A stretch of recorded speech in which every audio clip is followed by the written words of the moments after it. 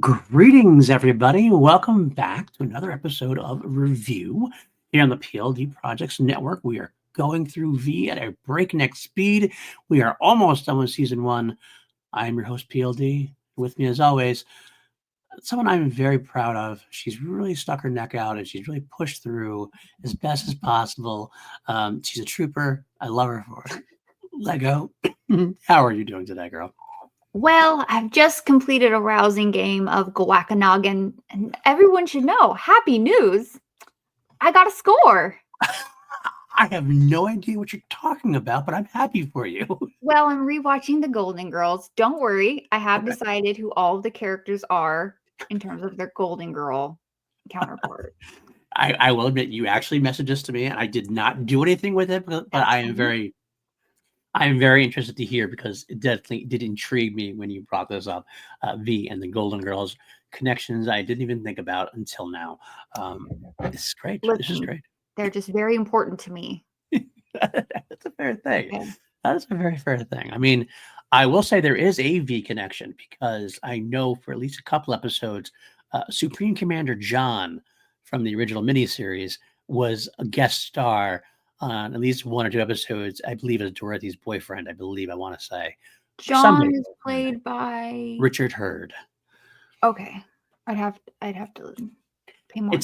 It's one of those random things I didn't even need IMDb. I kind of remember him showing up on Golden Girls, and I was so into V. I was like, it's Supreme Commander John, and I just always stuck with me. So there's that connection. That's the connection I can give you to Golden Girls. Please stay tuned for Lego's Golden Girl interactions throughout this episode. As it might be exciting to hear, it might be more exciting than the episode, possibly. I don't know how anything could be more exciting than this. Did I say it sarcastically enough? I almost bought it. I were this close to greatness, as Orson Krennic would say.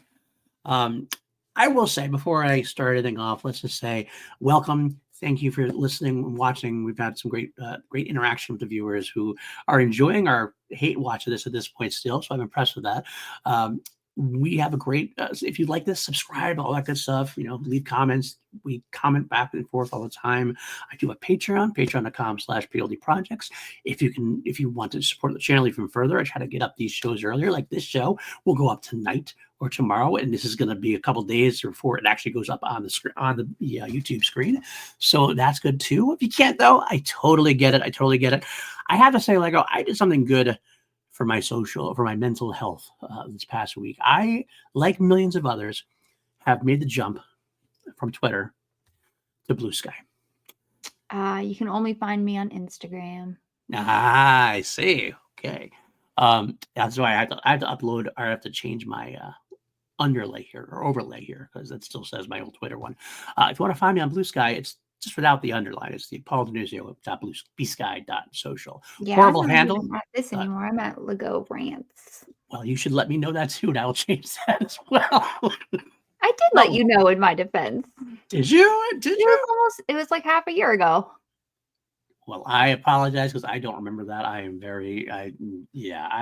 have no excuse. I'm trying to think of an excuse. I got nothing.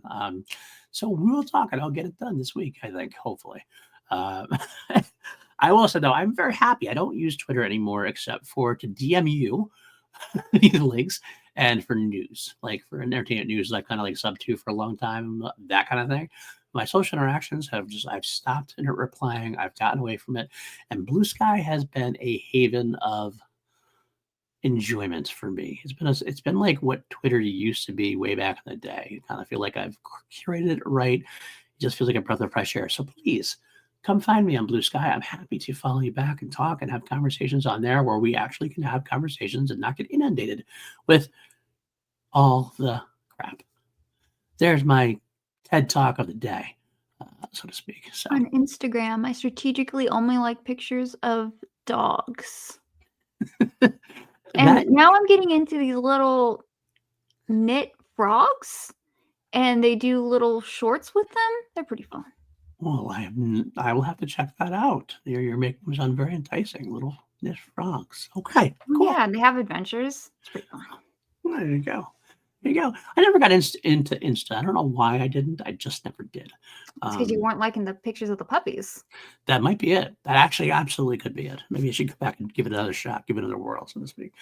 All right, let's get into this week's episode. This is, we were just having this discussion off air because there was the Clips episode. Some Amazon will have this as the 11th episode. Most episode guides have this as the 10th episode. Either way, we have this episode plus 2 more before we end the season. And on a on a note, I won't say high note. Won't even say low note because I don't even know for sure yet because it's been that long. But this was an episode for sure. It did happen. It was. This It was definitely an aired. episode. Thank you for tuning in. We'll see you next week. And that's it.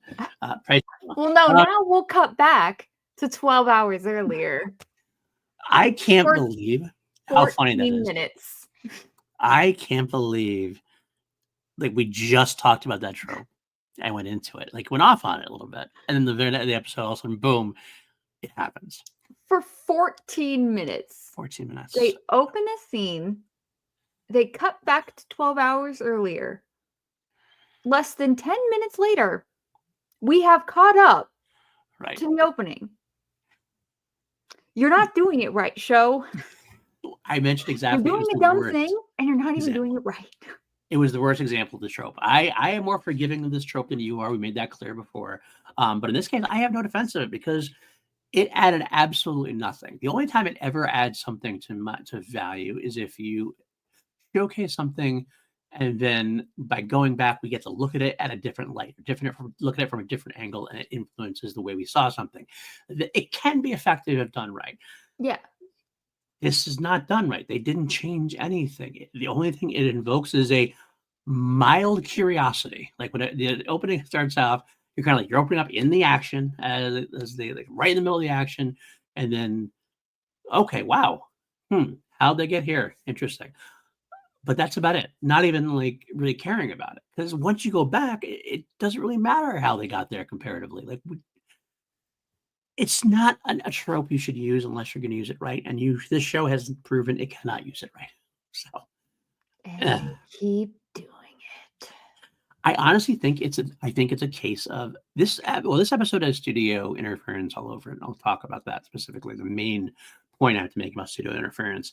But I feel like the studio wanted more action from the show, and I feel like they said, okay, boom, we're going to start us off with an action piece because we want to showcase the action of the episode. Of course, you think about like all the episodes we had of V, like from the old days, it was full of action, lots of fighting, lots of gunfights, a lot of like whatever. This action, there's nothing there to it. It's like a one-time explosion. That's like the most action we've gotten. At this point, not that you need a battle to make a show good, or not you need the action to make a show good. You can have a slow burn that works, but this slow burn ain't working. So give me something to distract myself. You know what I mean? This is just. Maybe they had more than 4 characters. That's part of the problem too. You can't have a resistance with 4 characters. You have a minor annoyance, and yet Anna treats them like they're the Gestapo. I don't know what to do here, but so we flashback. And my first part of the flashback was very annoying. Ryan's looking for he's looking through his apartment, whatever. He gets the buzz from the magic ball, Oh my god, those glowing blue orbs. And it gives me great grandpa with technology vibes. It's Joshua. Who the hell else would it be? You don't have. There's no I don't know. Maybe Joshua's assistant called. His lover that was killed in episode 4. No, the other assistant that he has. He still has an assistant. Well, that's true. He's the other one that's been. I think he's more of a. What was an assistant? Or he's more. Well, maybe he's the guy who stands in the background of some of his shots. We have no idea who he is because that's what the show cares about him that much. But to me, it felt like it's like getting a cell phone call and you get like the caller ID. And you're supposed to say, "Hey, it's Joshua." We know it's Joshua, so you don't need to tell us it's Joshua. It just threw me right out. I just thought that was funny. We get more, so we get this idea that the visitors are sending trackers down to track down the resistance. And maybe I got a little confused, but from Did Ryan not say they send trackers to mark them and then soldiers to come and kill them? That's what it basically came up with, and, like, I got him, like that's later on, he says it, and, like, I'm like, "Wait a minute." So, basically, what do you need the soldiers for? What do you need the trackers for? Like, either or, like, what do you need either for? You're making so many extra steps. Right? It's like, you send a soldier because you sent a soldier already after them, and the soldier found them last time. Got killed, but it's found them. If you send the trackers down, if the trackers can mark them, then you don't even need the soldiers to attack them. Like, the regular visitors could kill, like, the regular visitors, troopers or whatever, could kill them if they knew where they were. So track them down. Like, it just this made this extra things up, and it's like, why do you need 500 different ways to do this? It's just like, I don't understand why you're doing this. Um, Obviously, it's a MacGuffin. They needed something to be on the shuttle because that's the big step, was you have a shuttle that needs to be taken care of. So a tracker is on it. I'd even be okay with them going, okay, they got more soldiers and they're sending more soldiers down. They're sending multiple soldiers down this time or something like that. That'd be fine. But to, to introduce trackers, I don't get it. But then when we learn the issue with the shuttle, or shall I say the shuttle's passengers, weren't the trackers. They were people. And later on, we learned they weren't just people. They were already dead. Why? Why not just have them kill living people? This was the studio interference. This is actually from the book that I read, that book, that the Fastest Leader from Outer Space book. Studios did not want the Resistance to be killing people. Their good guys shouldn't be killing people. So they forced them to do the corpse part of the storyline. The showrunner didn't want to do that, but he kowtowed out.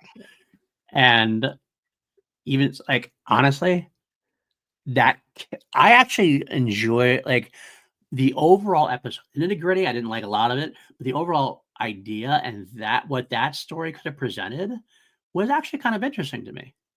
So our Resistance heroes killed these like Anna manipulated them into killing humans. That makes it an interesting storyline to look into. So that could have been interesting. Right. However, I don't think this show, the writers are good enough to carry that weight. Agreed. But that's like step 2. That's like, to me, like, there's like 2 parts. Like, at least the idea of that story is a good story idea for me. That's what I'm like, okay, could they have pulled it off? You're right, probably not. But it's a much better story to have them try. And also, we still, it takes away from making Anna look bad by having them already be dead. And I don't know. I still maintain, I don't think our good guys are the good guys. I think they're the bad guys. Well, that definitely would have made it a little less clear. They could have gone that route for sure, because they would have been terrorists. I did like some of the overall ideas raised. I do like Jack having his conscience. It gives Jack some good storylines to battle his conscience. What's he doing? Where does he need to go? Obviously, we have our Cam Tyler wannabe character is the he doesn't care. He's doing his thing. So it's more interesting about Jack and Eric are the interesting parts of the storyline. Ryan even like kind of like not as interesting to that part of the storyline for me. Not that any of it's really terribly interesting, but Jack does his best. Father Jack does his best to make this an interesting story. I will say, going right from that angle, the next scene we had after the Ryan Joshua scene, I actually liked that boxing scene as a character development scene. I felt like, actually, like, kind of, I sat back and smiled and watching the show, watching Erica and Jack interact. It felt like, where has this kind of thing been throughout? We haven't had any real character or relationship, even friendship development between these characters at all. It's all been like really plot servicey. And I think sometimes a good filler episode, as I call them, where you develop the friendships, relationships, actually make the story stronger, make you care about the characters more. And so I think I would give them credit. That was a good idea to throw that in there. Too little, too late, probably. This point. Yeah. Yeah, I do think we need more of those scenes. But I mean, I've mentioned a number of times that I'm someone who likes a character-driven story. So that's just something that I just generally prefer. But yeah, it is a bit too little too late, and for me, it came a little bit too close after the cut to 12 hours earlier, so I was still kind of raging about that and maybe didn't quite pay attention. That's fair. That's absolutely fair. It does that actually. I will say, since I gave them such shit about that already, I will say that was a proper way to do that, because you should, if you have the action and the horror and the whatever you're cutting back to, it should cut back to a much happier moment with them, or much there should be a juxtaposition in terms of what we're doing. Right, and so they did actually handle that part okay. And again, I still think, again, like I said, I guess Father Jack and Erica are definitely the two best actors on the show as far as performance. I mean, I don't know they're best actors, but they're giving the best performances with what they have, for sure. Let's see, what else did I have? Oh, okay. I mentioned Russ is where I mentioned the what do we need trackers for? But going on to Jack and Chad. So Jack has this idea. Jack is having this fight with himself about whether or not they should do this, taking the shuttle down. Ryan is 100% certain there's going to be V trackers on. His information is good. Hobbs doesn't give a shit. Jack is the one who's most conflicted. Erica is conflicted a little bit. She sees Jack's point, but she seems to want to make some kind of statement or whatever. So Jack is having this crisis of conscience, and who comes into play but Chad, our person who we don't know where his loyalties are going to end up at this point. For my interpretation is that Chad's very much just on his side, but it's just not working like at all. I feel like it needs a different actor. Yes. And they needed to have written it prior a little bit better. They used it that best right there. They need to write it a little better, because I honestly think that they don't know where they want to go with him. I think you have to have this decided. Okay, where is he going to end up? Is he going to be resistor? Then you can lay those seeds and have it happen. You can play it back. He can play both sides. He can have those vagaries. You can have like the idea where he comes across a little bit more resistance and then pulls it back. You can have that back and forth as long as there's a clear set path. So at the end of the day, when he decides to shit or get off the pot, as you say, he gets to come up with the idea. Okay, he wants to be a good guy. Okay, now we can go back. Okay, we can make everything make sense. Make his whole journey make sense. We can't do that now because I don't think they know where they want to go. They're kind of playing this.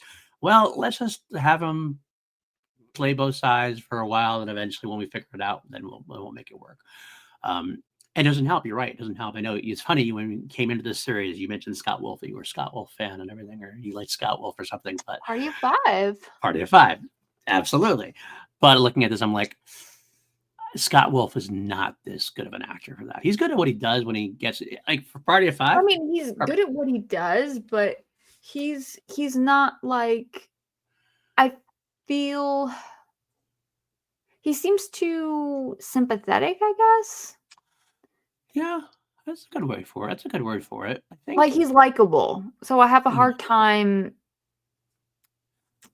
seeing him in, like, finding him believable. There we go, finding him believable in this role. I agree, because he's kind of like that, kind of like Captain America type, like that, just really good-hearted, all-American guy you bring home to mom, apple pie kind of. That's the kind of role he feels like he looks like he should be playing. He can't play the seedy underbelly, which he needs to have, that kind of seedy. Just a little bit. It doesn't have to be completely seedy, but like, I mean, like, you go back to the original miniseries, and Christine Walsh played that well. The actress played that well, and like you had some sympathy for her, but you also, like, when she played her bitch angle, you're like, okay, yeah, that makes sense too. I can see both sides.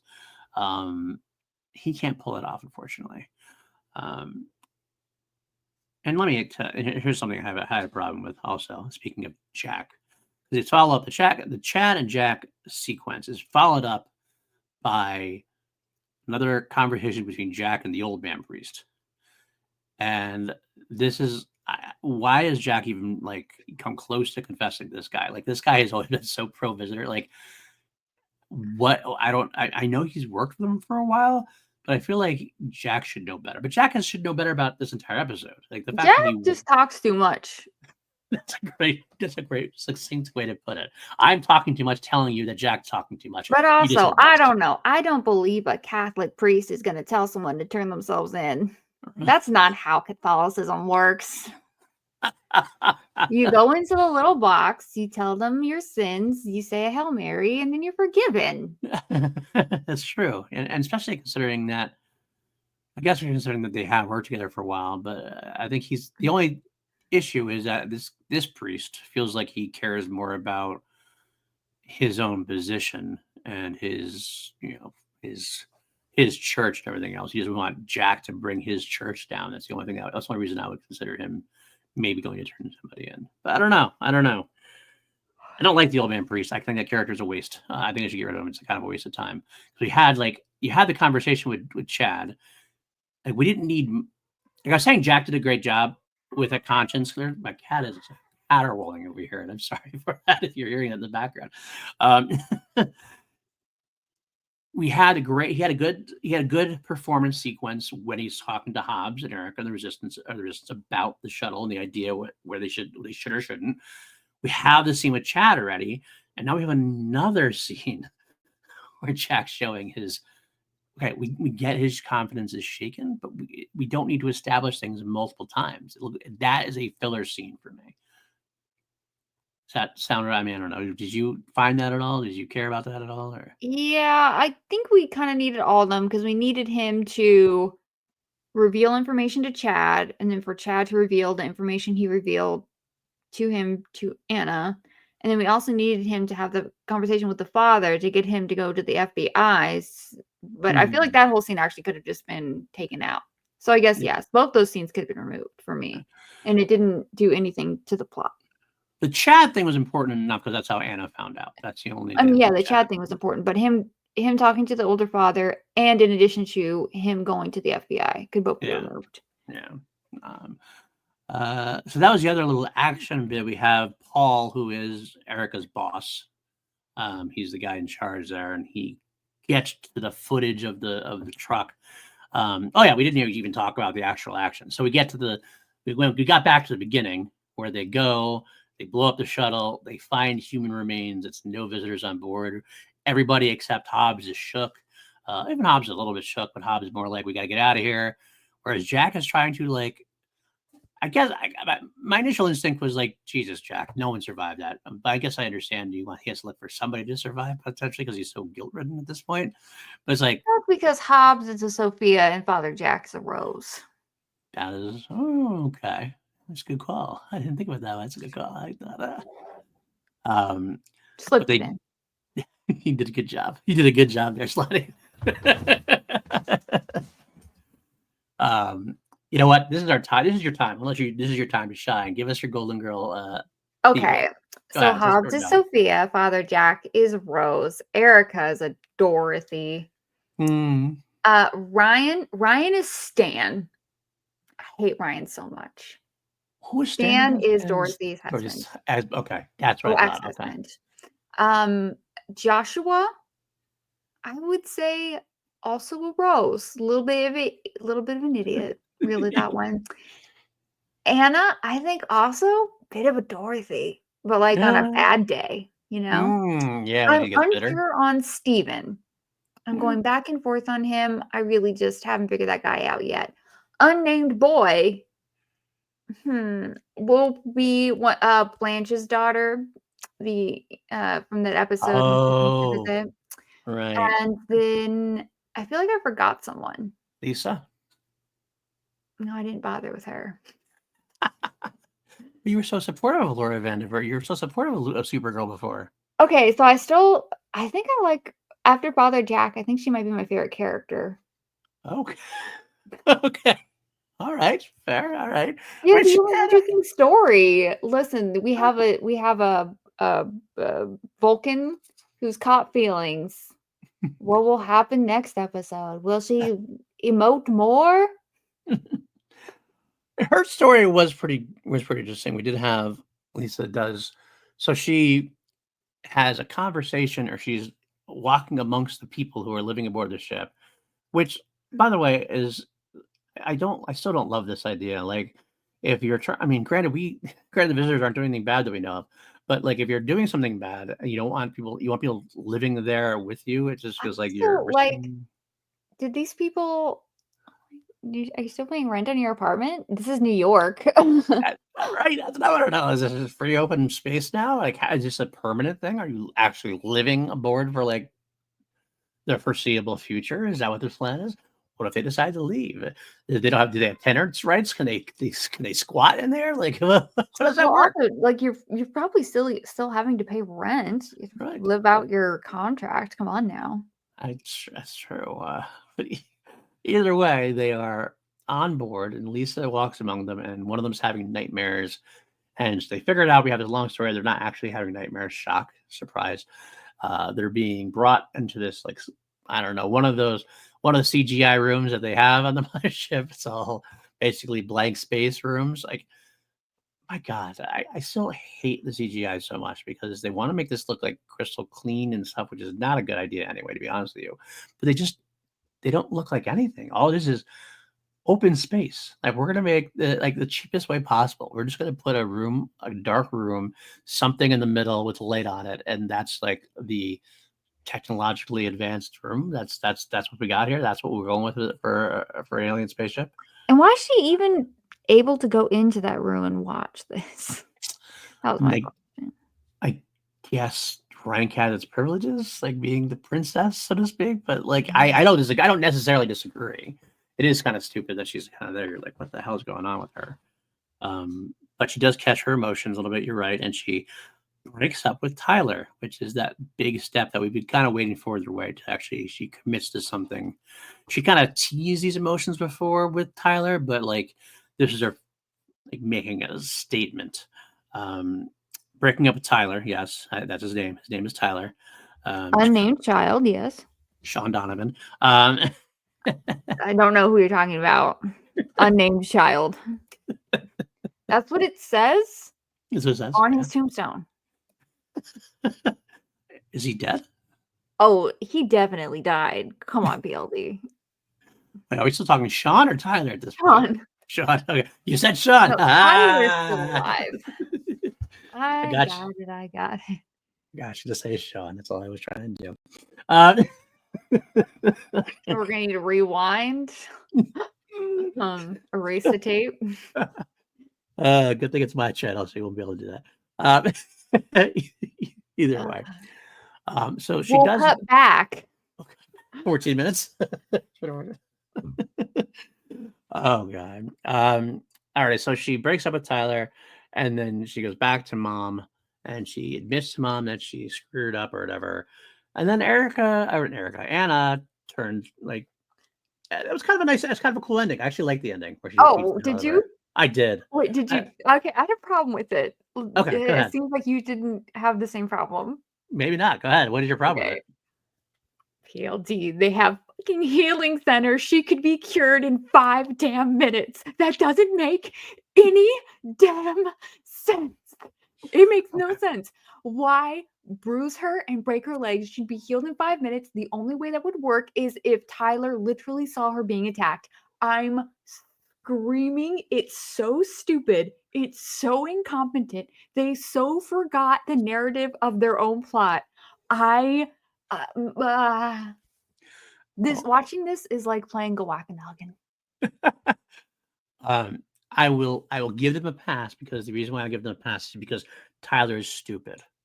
He is very stupid, and he wouldn't think about take her. The first place we see Tyler is at a hospital. This boy has medical insurance. He would just take her to a healing center. Well, he would, but he would still see her hurt.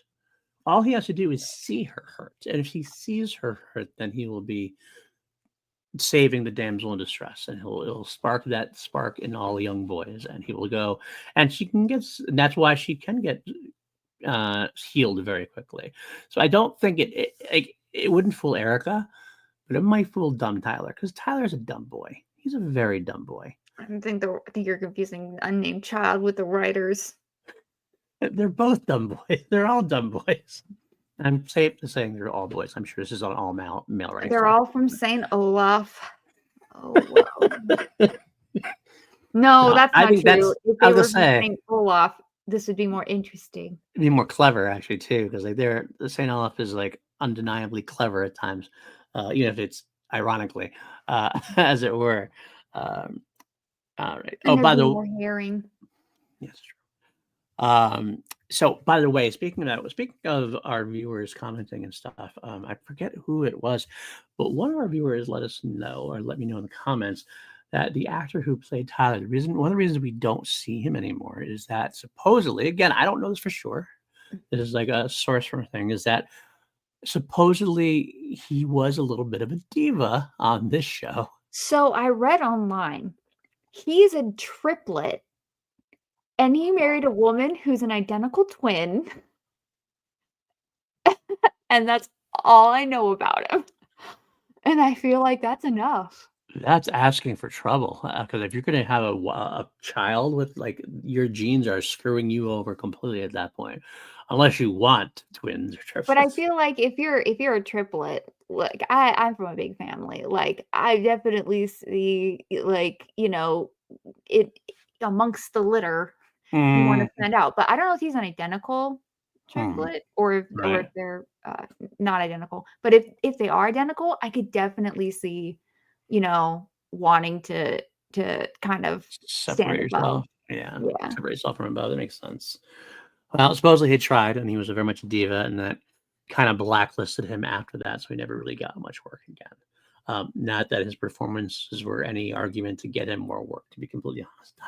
Not to be cruel, but I this is mean, not I don't a think this show did anything for anyone because even if you take, Elizabeth Elizabeth Mitchell. Mitchell, Yeah. I mean, she's a great actress. She's Mhm. not that good in this.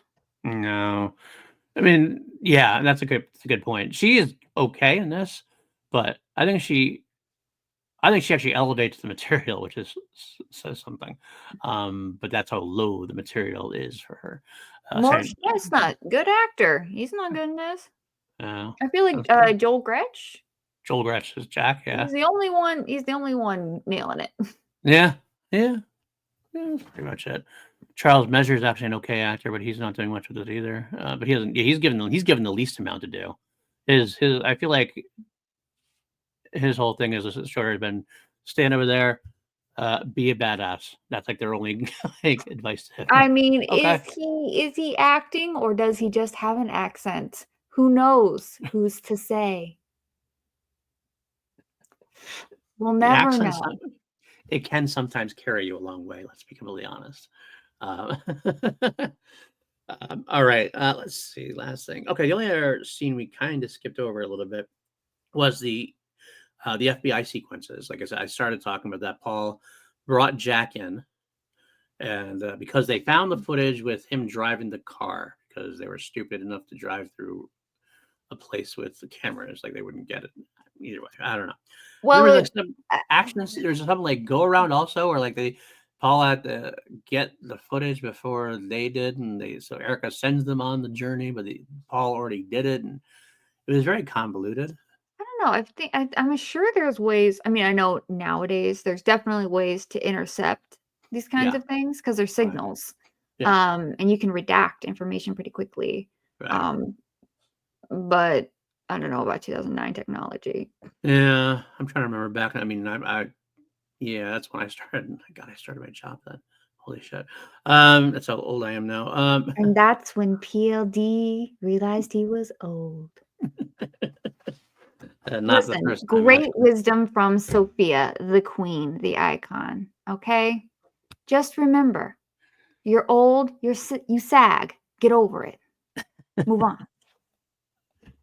That is a brilliance for sure. She is a legendary icon, noted genius, noted legend, Sophia. Estelle Getty. 2 thumbs up. Yeah, my favorite of the Golden Girls, easily, Hmm. for sure. Uh, okay, so Paul brings him in, and they have a sequence there. I, this is a case of I don't know.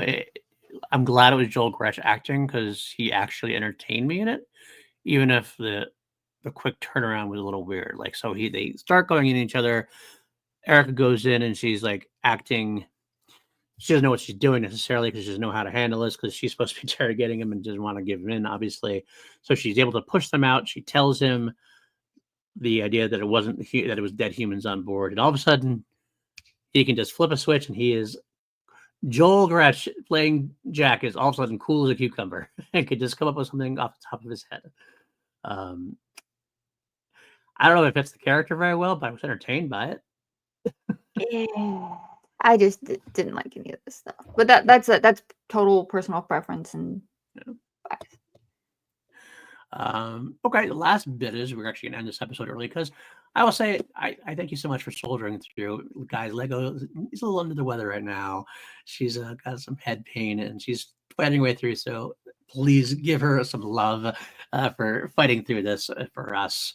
So I'm sorry for this short episode this week, but I want to let her go. So last bit I'll just mention, and then we can wrap it up. We got the reveal this week that Malik is a visitor or visitor sleeper agent within the FBI. I totally forgot about that. Erica, at the end, Paul puts Erica and her together as heading up the task force on the 5th column. So we have Erica basically where we started from. Erica has a partner. It's almost like they should have just kept Alan Tudyk. Bingo. And that actress, I can't remember her name off the top of my head, but she's been other stuff. She's in Battlestar Galactica. She's actually she's another very good actress, just not in a great role again. So the idea is, I don't know, do you feel like this is even worthy of a visitor to have her? I guess having her in the FBI like that is good, I guess, to be able to help control the situation. I don't know. I just feel like it's such a neutral thing. Like they have one in and we have one in, and and the dialogue that got me was, oh, now I can track down the 5th column with the full power of the U.S. government. And kind of like, so you're saying the U.S. government's better than the visitors? Like the visitors can't track them down, so the U.S. government can? Like it just. You're right about that. They had an overly patriotic line. Yes. Yeah. The show, and this is where I'll end it here. This is one of the problems of how this entire show is that the original V always did a great job of making the aliens appear to be a serious threat, a very powerful threat. You believe that they could take over the government and just basically do whatever they wanted to do. Whereas this case, it's like, and they make her manipulative and she's able to manipulate her way into power, but they never seem like that much of a threat overall, despite their trying. They try to like make the resistance on the run, but the soldiers they send are pretty much easily killed. The resistance gets away with everything for the most part. They very rarely ever lose anything, except for Georgie. Miss you well, rest in power, Georgie. But beyond that, like they just don't seem very threatening because they have 5th column and they have Joshua and people involved. And they're not doing anything that bad. That's exactly. There's no threat. There's no threatening them. We don't know what they're doing. So it's like, okay, so give us something to be scared of. We should be scared of the visitors, even as the viewers should be like scared of it. Not that we're gonna be scared of this, but you know what I'm saying. Like, we should be like, oh, okay, this is the bad guy. This is what they're doing. This is what we have to fight them. Now we're just kind of like. Listen, I still say there's an argument to be made that that our main characters, our 5th column, are actually the bad guys.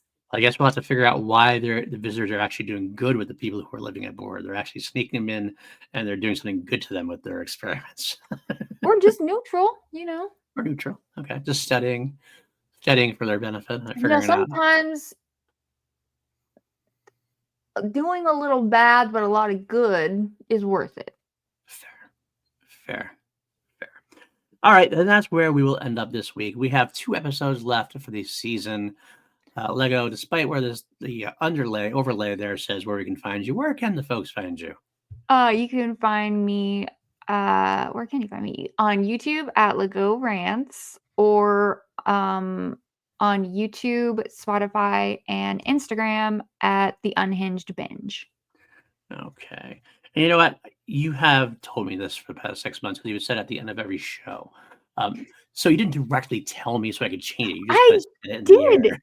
You're telling the people. I did also say it directly to you. Show me the receipts. I don't see it. You can find me at paul.donizio.bluesky.bsky.social. It's one bad thing about Blue Sky. I hate that the ending there, that trail. Not on Twitter much anymore. I don't know if I'm going to start a PLD Projects page on Blue Sky. I don't think I will. I think I'll just keep it to my own self for now. You can find me all over this channel, though. Every week I do have a Star Wars show. Maddie Gunner and I doing Holy Snokes. I'm wearing that shirt tonight. And we do that. We have Skeleton Crew coming up, so we should have a fun time with that. Amblin Adventure in Space. Goonies in Space. Should be a fun time. PJ and I'll be back for Two Mediocre White Dudes on Film.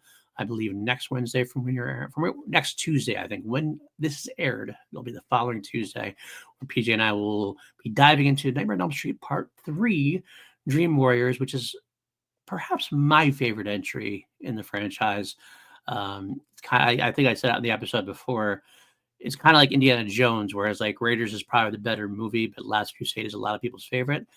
Nightmare on Elm Street, the original, is probably the better movie, but Nightmare on Elm Street 3 is probably my favorite, most fun for me. We get the peak Freddy at who Freddy is at this point, I think, but I'll have to rewatch it to confirm that for myself. That, and of course, Crown Jewels, the Queen podcast I do every week. We're revisiting the Queen 1 Collector's Edition box set that came out. A lot of tracks to listen to there. I think that should do it for us. We'll be back in 2 weeks to discuss the 11th/12th episode, depending on where you're seeing, and we'll figure it out from there. Until then, as always, Pretena.